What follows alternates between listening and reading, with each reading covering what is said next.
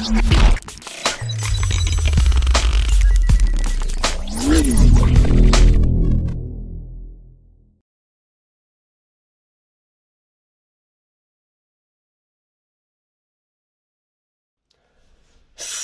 à tous, on se rejoint aujourd'hui pour une nouvelle vidéo de test avec aujourd'hui un petit low cost à entre 60 et 70 euros. Suivant le moment où vous allez l'acheter. Donc je vous mettrai lien d'achat directement de la boutique AliExpress Humidigi en dessous de la description. Je vous mettrai aussi à mon avis Amazon, enfin quelques liens d'achat si vraiment le téléphone vous intéresse. Il n'y a pas de souci là-dessus. Donc c'est un petit téléphone. Donc c'est l'Humidigi A7S, c'est du low cost. Je sais qu'il y a pas mal d'abonnés qui attendent de voir un peu ces tests de low cost, de voir ce que ça vaut. Et bien on va commencer de suite. Et on va commencer par le design et les caractéristiques. Donc 77,1 de large sur 164 sur 9,5 mm d'épaisseur pour un poids de 195 grammes. On aura un téléphone avec des grosses bordures. C'est du low cost, l'essentiel est ailleurs, comme je dis à chaque fois. On aura le notch dans l'écran, donc pas de trou. Un notch, ça doit coûter un peu moins cher. Donc on aura un appareil photo frontal de 8 mégapixels avec une reconnaissance faciale. Alors, reconnaissance faciale qui n'est pas des plus rapides. On va voir si là... Ah, ça marche. Avec la casquette et tout, derrière la caméra, ça a l'air de fonctionner. Bon, c'est pas des plus sécuritaires, des plus rapides. Voilà, là, un peu du mal. Bon, la reconnaissance faciale, ce sera pas de toute façon ce que vous allez utiliser sur ce téléphone-là. Il faut mieux l'utiliser comme ça. De 8 mégapixels, donc ça, je l'ai dit. En dessous, tu auras un type C. Donc un type C, c'est assez rare pour être souligné sur un téléphone à 60 euros. Type C, c'est assez rare. On a le haut-parleur, on a à côté gauche, on aura le bouton. Alors c'est un bouton multifonction. Ça, c'est plutôt bien, bouton multifonction. Donc après, à vous, dans les paramètres, de l'associer à l'action que vous voulez faire. Moi, actuellement, regardez, tac. Si je clique sur le bouton multifonction, ça m'ouvre le thermomètre. Oui, parce qu'il y a un thermomètre intégré. On y reviendra juste dans pas longtemps. Après, on aura à côté gauche le petit tiroir SIM. Alors dans ce tiroir SIM là, ça renferme le Master Combo. Donc ça c'est plutôt bien. Double nano SIM avec carte SD.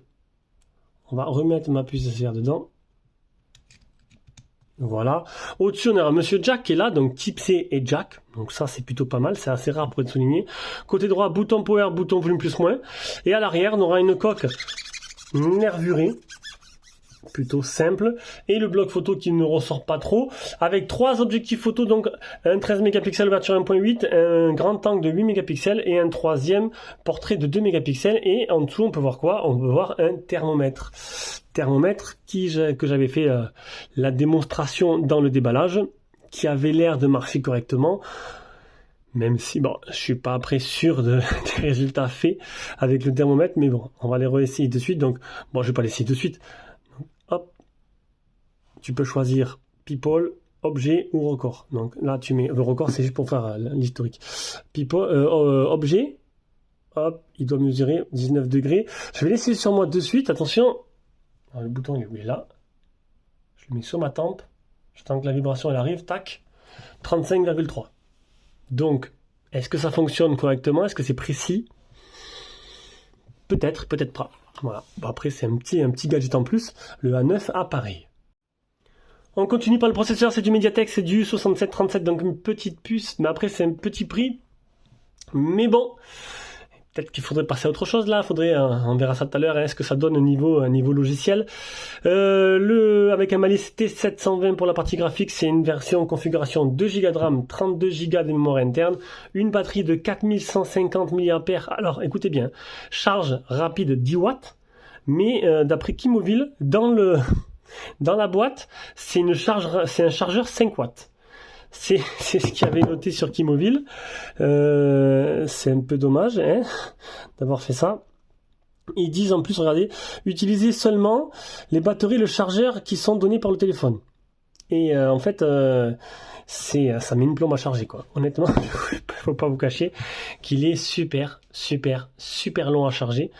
Et que d'ailleurs, faut le charger avec le chargeur d'origine. Si il tombe à 0, vous le chargez avec un chargeur normal, il s'est passé rien. Voilà. Et voilà. On continue directement. Donc on a le Bluetooth en 4.0, on a la Full 4G, donc toutes les bandes, même la B28 pour chez Free.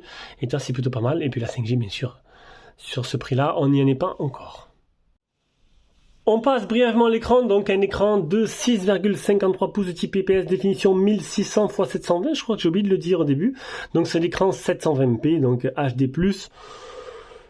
Un écran qui est plutôt lumineux, j'ai envie de dire, avec de belles couleurs. Niveau réactivité, le problème c'est pas l'écran, je pense, c'est plutôt la partie logicielle. On va revenir après. Là, pour l'instant, et je vais vous expliquer bien, ça a l'air de tourner plutôt correctement. Je vous ferai une petite démo là, pour les secondes qui va arriver quand on va partir de la partie logicielle, mais pour l'écran, ça va, c'est plutôt correct. Et on arrive à la partie logicielle. Alors déjà, l'état des capteurs. Alors, il n'y a pas de capteur d'empreinte dessus, hein. C'est un téléphone, c'est du low cost. Et donc, on a l'accéléromètre, le gyroscope, le champ magnétique, la boussole, le capteur de lumière et le capteur de proximité qui marche plutôt pas mal. Alors, comment vous expliquer ça ? Le téléphone, aujourd'hui, bien sûr, un jour de test, il marche plutôt correctement, on va dire, même s'il y a des ralentissements. Je vais vous montrer en temps réel. Alors là, j'ai fermé toutes les tâches en tâche de fond. Quand elles sont ouvertes, ça marche un peu mieux, mais je vais vous montrer le temps que vous prenez à ouvrir une application. Mais en fait, je n'ai pas pu utiliser ce téléphone dans de bonnes conditions, histoire de faire une bonne autonomie, parce que il était pas possible. Il ramait, mais j'ai jamais eu un téléphone qui a ramé autant. Je sais pas pourquoi. Et comme par hasard, aujourd'hui, bam, jour de test, il a décidé de marcher un peu plus correctement. Donc, voilà. Allez, on va commencer directement par la partie, on y va direct à la partie logicielle. Donc, j'ouvre Dilapse et je vous laisse voir. Si franchement, en 3 secondes, il m'a ouvert Dilapse, je sais pas quoi dire.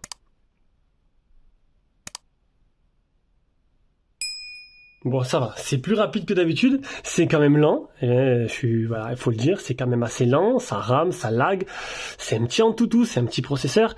Je pense on arrive à un moment où, qu'est-ce que je peux vous ouvrir de plus qui ne crème pas trop?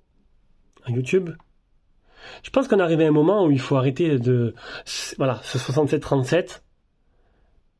Et ça va. Bien sûr, il me fait mentir. Il a envie de me titiller. Et l'appareil photo, il me fait mentir. Et il va plus vite que ces derniers jours. Bon. Mais écoutez, c'est des choses qui arrivent. C'est vraiment des choses qui arrivent. Même si c'est pas une Ferrari, ça va quand même légèrement plus rapidement. Ah non, mais je suis resté bête. C'était un truc de fou. Je me suis dit, mais qu'est-ce qui se passe? J'ai appuyé sur Dilapse, je le posais, 30 secondes après, il était pas ouvert. C'était, voilà. Donc c'est un téléphone, franchement, ça rame à ce tarif-là. Mettez 10 € de plus, il y a là quand même mieux. Il y a énormément de choix à ce tarif-là. Ce 6737, il est vraiment très faible. Même si c'est Android Go dedans, voilà, c'est léger, mais bon, après, si vous servez que pour téléphoner, bon, ben pourquoi pas, mais j'ai vraiment trouvé que c'était... Allez, Spotify, on refait un essai.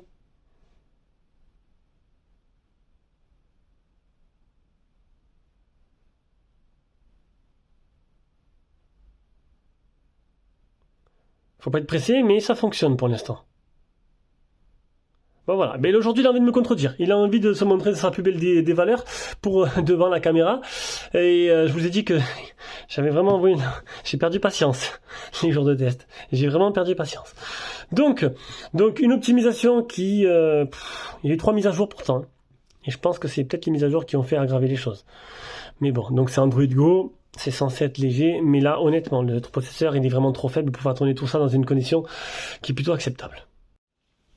On arrive au capture de téléphone, on a un Antutu à 41016, donc voilà, c'est assez faible, on teste le chauffe à 20 degrés. Bon ben voilà, c'est pas un gros processeur. 10 touches pour l'écran, ça c'est plutôt pas mal, j'ai oublié de les préciser tout à l'heure, il n'y a pas de malware qui infecte la ROM. Le Geekbench, il n'y en a qu'un. Il a passé les safety net sans problème, donc là j'ai une mise à jour. Appel 4G, appel Wi-Fi. Le bouton, je vous ai dit, ce bouton-là, donc une clic, 2 clics, long press, qui permet d'associer trois trucs différents. Navigation système par geste ou par bouton, qui marche plutôt correctement. Les trois doigts pour faire capture d'écran, le SOS urgence, le mode thème foncé. Ça c'est plutôt bien, c'est natif Android 10. 3 mètres de marge, on satellite fixé sur 13, et ça c'est pour le GPS test. Comme je vous ai dit, j'ai perdu patience et j'ai pas fait l'autonomie. Donc une batterie de 4150 mAh avec ce genre de téléphone de puissance, comptez sur 1 jour et demi, même 2 jours d'autonomie. Voilà, mais on va dire plutôt 1 jour et demi. Du coup, c'est le moment où on arrive à la partie photo. Et voilà, la partie photo qui s'allume. Alors, d'un coup. Alors, ce matin, je me suis dit, je vais le redémarrer quand même. Je le redémarre parce que c'était impossible, j'arrivais pas à l'utiliser. Je le redémarre. Démarrage du téléphone. Alors, tu attends 5 minutes. Le temps. Il y a marqué démarrage du téléphone. J'allume l'appareil photo, ça saccade dans tous les sens. Je me suis dit, c'est pas possible. Je vais pas y arriver. Et là, ça fonctionne. Donc, on a quoi? On a image, portrait, vidéo. On a un zoom, alors, numérique, hein. x1, x2. On a le grand angle qui se trouve ici. On a de la vidéo en 720p et on a de la photo en 16 neuvième. Voilà, donc c'est plutôt simple. Les photos, je vais vous les mettre de suite et on revient directement avec l'appareil photo frontal. De toute façon, ce sera du dépannage, ça va pas rendre, ça fera pas des trucs de folie, hein. Bah, ça, c'est un peu normal.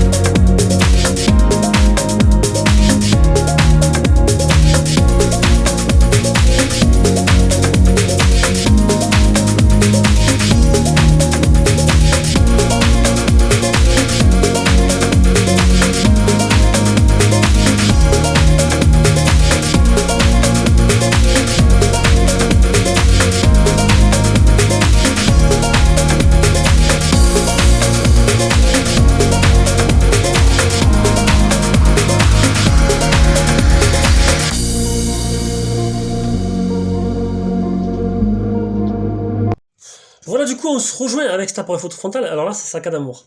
Ça saccade à mort. Je sais pas comment le résultat final il va être. Donc ça permettra de voir un petit aperçu du son et de la capture vidéo de cet appareil photo. Que dire de plus? Ben, pour le prix, c'est correct. C'est correct sans être extraordinaire. Maintenant, on va dire que bon, le téléphone dans l'ensemble, vous aurez compris un peu ce que j'en pense. Bon, je vous passe la partie jeu, bien sûr, et la partie jeu qui n'aurait aucun intérêt sur le téléphone. On va faire maintenant écouter le son. Et le son communication, donc le petit haut-parleur de tête qui se trouve là, qui est une bonne surprise. On entend bien, et j'ai été étonné d'ailleurs, on entend bien. Là-dessus, il n'y a pas de problème, on va maintenant écouter le haut-parleur.